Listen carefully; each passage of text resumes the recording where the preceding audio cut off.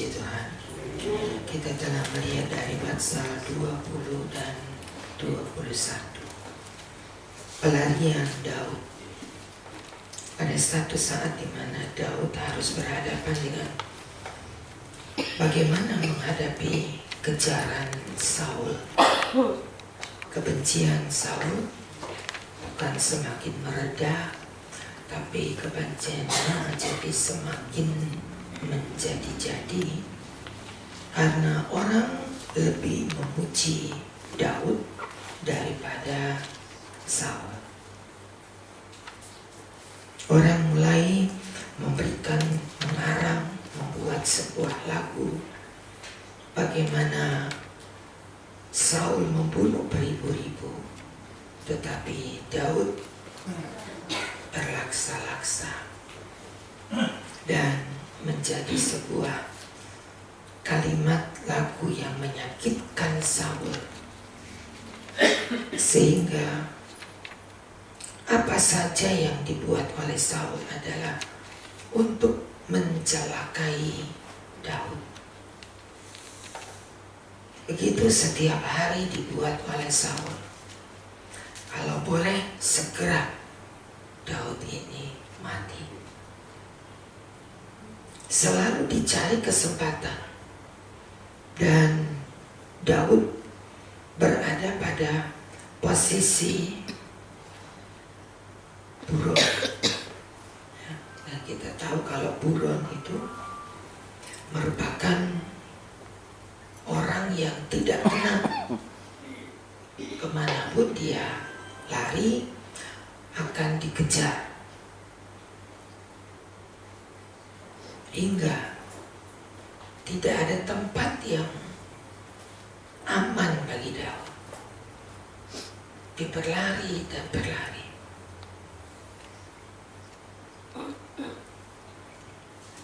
Bahkan ketika ia sampai ke Nob pasal 21, ia bertemu dengan seorang imam yang ada di Nob, dan Daud berkata, pada waktu itu seluruh tentara yang menyertai Daud pun sudah sangat kelaparan. Apa ada roti untuk kami makan? Ia datang ke rumah Imam Ahimelech untuk minta makan, sebab sebagai buron Daud tidak punya perbekalan. Ia sangat membutuhkan makanan karena orang-orangnya yang ikut 400 orang itu tidak mempunyai makanan apa-apa. Tidak ada roti biasa, ayat 4, yang ada di sini karena merupakan tempat ibadah. Imam Ahimelech tidak punya pabrik roti, bakery, atau tempat menjual makanan apapun. Dan kita melihat bahwa bagaimana Daud memaksakan untuk bisa makan roti karena orang-orangnya sudah sangat kelaparan. Lalu dikatakan, kalau orang-orangmu itu kudus, maka mereka boleh makan roti ini. Dari sini kita menarik sebuah pelajaran. Perjamuan kudus itu bukan merupakan roti sembarangan, tapi perjamuan kudus adalah roti kudus. Harus dimakan oleh orang-orang yang kudus. tidak dapat sembarangan makan perjamuan, karena itu merupakan roti kudus. Kalau dimakan oleh orang-orang sembarangan, roti kudus itu menjadi sebuah bencana. Kalau dimakan oleh orang-orang yang menjaga diri terhadap perempuan, artinya kudus, tahir, maka roti itu akan menjadi makanan yang memberkati. Daud berkata, aku menjamin tubuh orang-orangku itu tahir.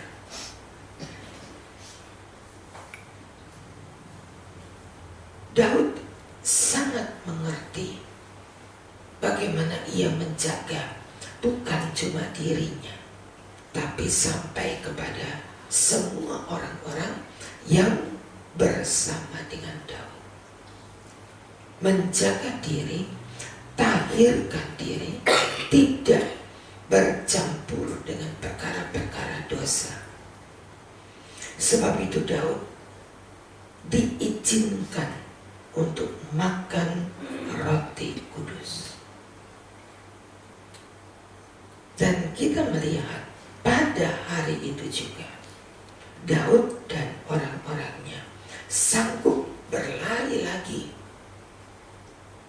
dengan pedang Goliat. Mereka berlari dan Daud memimpin perjalanan lagi. Tadinya kita melihat bahwa Daud dan orang-orangnya sudah sangat lemah. Ia tidak dapat mengajak tentaranya untuk pergi lari. Tetapi ketika makan roti kudus itu, maka Daud dan orang-orangnya menjadi kuat kembali. Bukan roti biasa, bukan roti sembarangan yang dapat dimakan oleh orang sembarangan. Dari sini kita melihat bahwa tidak ada perjamuan itu dapat dimakan dengan sembarangan. Tidak dapat orang makan perjamuan kudus dengan tubuh yang tidak tahir. Membutuhkan persiapan, membutuhkan waktu untuk mempersiapkan diri makan perjamuan. Yang selalu saya katakan, menjelang perjamuan adanya kesungguhan hati makan roti kudus. Mengapa tidak setiap awal bulan kita mengadakan perjamuan? Karena saya khawatir belum tahir. Mengapa saya tidak setiap hari Minggu pertama membuat perjamuan? Ada sampai berkata pelit perjamuan. Bukan pelit perjamuan, tetapi saya tidak mau jemaat makan perjamuan dengan sembarangan. Karena itu akan mendatangkan laknat. 1 Korintus 11. Bukan menjadi berkat, tapi menjadi hukuman atas dirinya sendiri, karena tidak membedakan antara makanan yang biasa dengan makan roti kudus. Ayat 27. 1 Korintus 11 ayat 27. Jadi barang siapa dengan cara yang tidak layak makan roti atau minum cawan Tuhan, ia berdosa terhadap tubuh dan darah Tuhan. Karena itu hendaklah tiap-tiap orang menguji dirinya dulu, baru ia makan roti dan minum dari cawan itu. Karena barang siapa makan dan minum tanpa mengakui tubuh Tuhan, ia mendatangkan hukuman atas dirinya sendiri. Bukan karena siapa-siapa, bukan karena orang yang melayani, bukan karena siapa sih tadi dilayani sama siapa sih. Oh, dasar gak benar hidupnya, kita makan perjamuan jadi gak benar deh. Gak ada hubungannya. Memang setiap pelayan perjamuan harus sudah mengkuduskan dirinya. Saya tulis 1 minggu sebelumnya, sehingga tiap-tiap pelayan perjamuan tahu diri untuk menguduskan dan tidak sembarangan menjadi pelayan perjamuan. Tetapi orang yang membawa perjamuan tidak ada hubungannya dengan yang makan perjamuan. Yang makan perjamuan yang harus tahu diri, apakah aku makan perjamuan dengan mengkuduskan diri?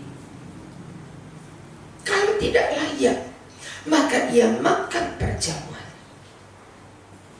menjadi hukuman, bukan menjadi berkat. Dan itu sebabnya kita membutuhkan kesiapan dalam makan perjamuan kudus. Merupakan hal yang harus kita perhatikan. Perkara-perkara kudus tidak dapat campur dengan perkara yang tidak kudus. Apapun itu. Bukan hanya makan perjamuan kudus. Melayani, apakah itu menjadi choir, apakah itu menjadi pembawa pujian, apakah itu menjadi penyampai firman. Layakkan diri agar kita belajar menggandar perkara-perkara kudus dengan hidup yang kudus. Yesaya berkata, menggandar perkakas Allah dengan hidup yang kudus. Coba kita cari ya di dalam kitab Yesaya.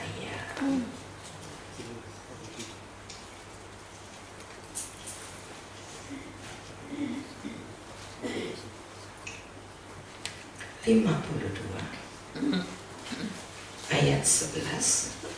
Yesaya 52 ayat 11 berkata, menjauhlah, keluar dari sana, jangan engkau kena kepada yang najis, keluar dari tengah-tengahnya, sucikan dirimu, hai orang-orang yang mengangkat perkakas rumah Tuhan. Tidak bisa sembarangan, tidak dapat dengan sekedarnya. Tapi engkau yang mengangkat perkakas rumah Tuhan harus mengangkat perkakas-perkakas itu dengan kudus. Sebab perkakas yang diangkat adalah kudus. Kita tidak dapat sembarangan. Apalagi kalau makan roti kudus. Imam Ahimelech berkata, kalau orang-orang mau kudus, boleh makan ini. Tapi kalau tidak, jangan. Sebab ini roti kudus, bukan roti biasa. Banyak kali kita tidak memperhatikan mana perkara-perkara kudus, mana perkara yang biasa. Tapi biarlah kita belajar untuk hidup takut akan Tuhan, untuk menjadi orang-orang yang menjaga diri dalam hidup yang tidak sembarangan, tapi dengan hidup yang layak, dengan hidup yang kudus. Saudara dan saya membutuhkan satu kesiapan hidup agar tidak dengan sembarangan kita menjamah perkakas. Kita sekarang nggak punya perkakas seperti orang-orang Israel miliki. Ada kolam, ada mezbah, ada berita, meja roti, ada mezbah dupa, ada tabut. Kita nggak punya perkakas itu karena kita nggak lagi membutuhkan ibadah seperti zaman Taurat. Lukas 16:16 berkata, zaman Taurat berakhir ketika kerajaan Allah datang. Kerajaan Allah adalah Yesus. Dan setelah kedatangan Yesus tidak lagi dibutuhkan ibadah seperti zaman Taurat. Kita tidak lagi beribadah bawa-bawa kambing. Sebab korban yang terbesar telah diberikan Allah, yaitu Yesus. Jadi tidak perlu lagi kita bawa domba, bawa kambing, bawa burung datang beribadah. Gak perlu lagi. Tapi kita langsung berhubungan dengan anak Allah itu. Jadi tidak dapat lagi ibadah kita dengan sembarangan. Masuk dalam ibadah hari Minggu pun merupakan satu ibadah yang kudus, yang tidak dapat kita laksanakan ibadah itu dengan hidup yang sembarangan, supaya jangan aku berdosa kepadamu. Banyak kali kita masuk beribadah dengan cara yang tidak layak. Layakkan diri saudara. Setiap pribadi, bukan cuma pelayan altar, tapi setiap pribadi, supaya engkau pulang dalam ibadah diberkati Tuhan. Supaya kita pulang ibadah, kita membawa berkat yang penuh. Kesadaran ini membuat kita tahu bagaimana caranya kita beribadah kepada Allah. Ibrani berkata, hendaklah engkau beribadah dengan cara yang berkenan kepada Tuhan. Bukan dengan cara kita, tapi dengan cara yang berkenan. Hidup berjalan kemana-kemana dengan cara hidup kita sendiri, dengan hidup menurut kehendak maunya sendiri, lalu tiba-tiba masuk ke dalam bait Allah. Itu tidak perlu kita lakukan, karena tidak akan ada berkatnya. Tapi ketika kita mempersiapkan diri, ibadah yang dipersiapkan seperti itu merupakan ibadah yang diberkati. Hari Minggu ketika engkau masuk beribadah, beribadahlah dengan cara Allah. Maka setiap kita pulang pun diberkati Allah. Apalagi kalau kita sedang menyiapkan diri makan roti kudus. Daud dengan orang-orangnya makan roti kudus itu, mereka bisa pulang kembali pergi perang dengan tubuh yang dikuatkan lagi. Masalah perikop terakhir di dalam pasal 21 tidak ada hubungannya dengan roti kudus tadi. Dalam perikop terakhir pasal 21 adalah Daud yang berlari ke negeri orang Filistin. Karena Daud ragu, apakah aku tidak akan ditangkap oleh Saul? Tapi masalah kekuatannya, dia sudah menjadi orang kuat sebenarnya setelah makan perjamuan. Tetapi saudara perhatikan di ayat yang ke-10, Daud lari. Ia meragukan apakah Allah masih memeliharakan aku. Habis tempat dijajaki oleh Daud di sekeliling Israel, tidak ada lagi tempat untuk aku bisa melarikan diri. Maka berlarilah Daud ke negeri Filistin. Rajanya dia kenal, yaitu Raja Ahis, raja negeri Gat. Dia pergi ke sana, dia lari ke sana, dia cari perlindungan karena meragukan pemeliharaan Allah. Karena Daud melarikan diri ke negeri musuh, bukannya ia menjadi berkat di sana, tetapi orang mencemooh Daud.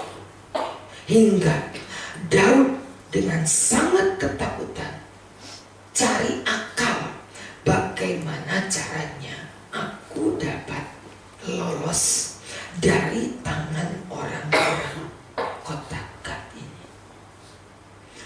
Berlakulah ayat 13, Daud pura-pura jadi orang gila.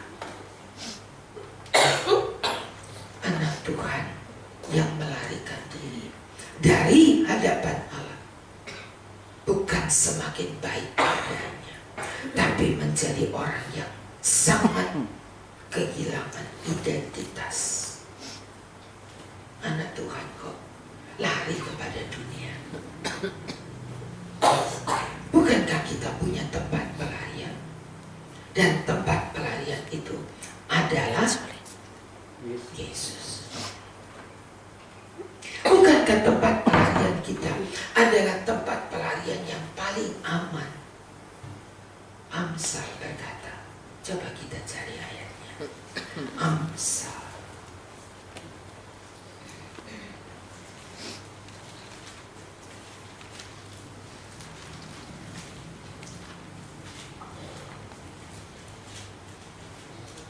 Pasal 18 ayat 10 berkata, Amsal 18 ayat 10, nama Tuhan adalah menara yang kuat.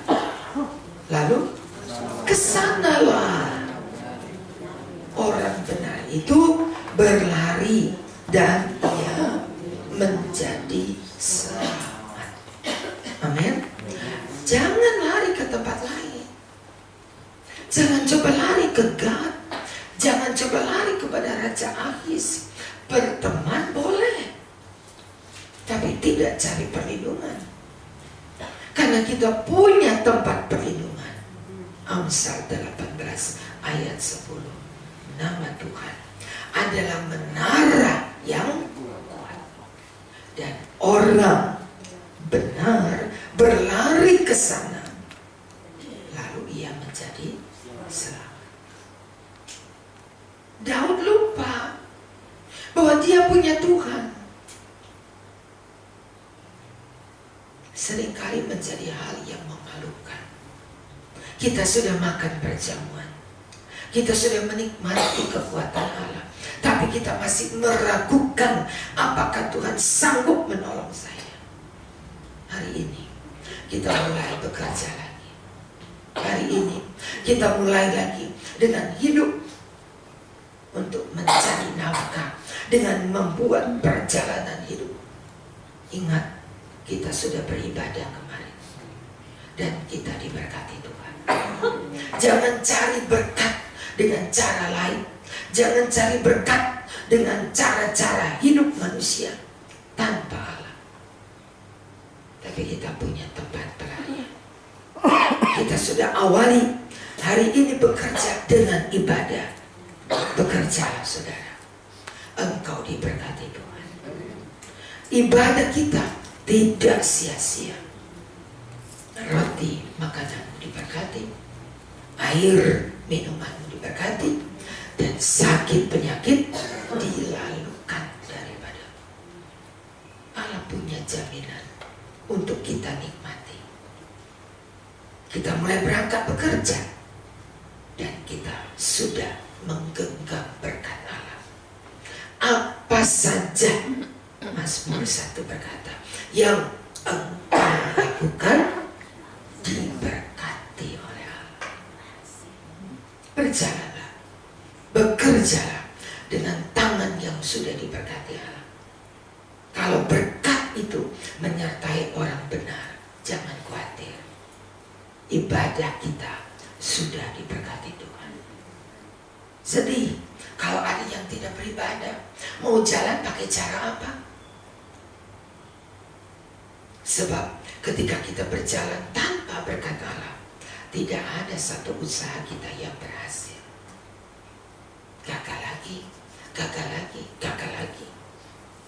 Tapi kalau dengan penuh iman, kita sudah berangkat dengan penuh kepercayaan, ibadah kemarin sudah diberkati Tuhan. Yakinlah tangan-tangan kita menjadi tangan berkat. Dan orang-orang yang berjalan dengan hidup yang diberkati, kecil sekalipun pekerjaanmu, engkau diberkati Tuhan. Tidak perlu khawatir, saudara. Ini jaminan. Daud cari, minta pertolongan. Kok cari pertolongan ke Raja Ahis? Dianggapnya Daud satu dari antara orang-orang gila. Bukankah di negeri ini sudah banyak orang gila? Kenapa kamu tambahin satu lagi? Anak Tuhan yang kehilangan iman, yang bimbang, Amsal berkata, seperti pancaran air yang keruh. Karena dia tidak bisa menunjukkan, aku adalah orang yang berbahagia. Dengan gelisah dia hidup, tanpa iman. Dan orang tertawakan di mana Tuhannya. Mata air yang keruh. Dan orang tidak mengecap Yesus yang disembah adalah Yesus yang luar biasa. Jaga, saudara. Peliharakan hidupmu agar kita tetap pegang kepada firman Allah. Daud kurang yakin, dia sudah makan perjamuan. Dan yakinlah, aku sudah punya kekuatan yang baru. Kalaupun dia berlari, sekalipun tidak pergi ke kota Gad, Daud tetap akan dipelihara. Sebab di dalam Daud sudah ada tubuh dan darah Tuhan. Kalau engkau dan saya makan perjamuan kudus, beribadah dengan cara Allah, tidak perlu khawatir. Langkah kita diberkati Tuhan. Hidup berat, oke. Semakin berat silakan. Tetapi aku punya Tuhan jauh lebih besar dari apa yang aku hadapi. Karena di dalam Dia aku terpelihara. Pegang firman Tuhan. Berjalanlah hari ini. Nikmati berkat Tuhan. Apa yang engkau buat jadi berhasil. Mari kita berdiri dan kita berdoa.